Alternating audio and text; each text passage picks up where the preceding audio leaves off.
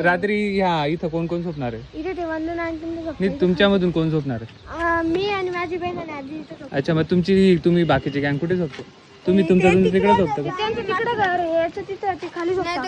बरं, मग आता बघ आमचं स्लॅब आहे, मग स्लॅबवर नको झोपू, मातीवर झोपू का? मातीवर थंड वाटतं. हा याच्यापेक्षा मातीवर थंड वाटेल का?